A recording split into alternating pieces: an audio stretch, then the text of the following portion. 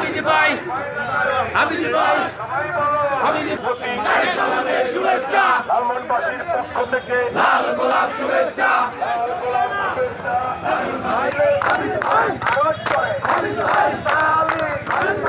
ও ভাই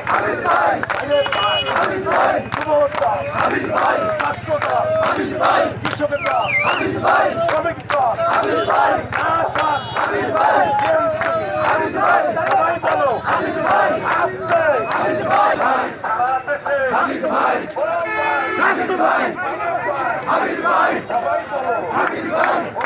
আমরা মহান রাব্বুল আলামিনের কাছে শুকরিয়া আদায় করতে চাই।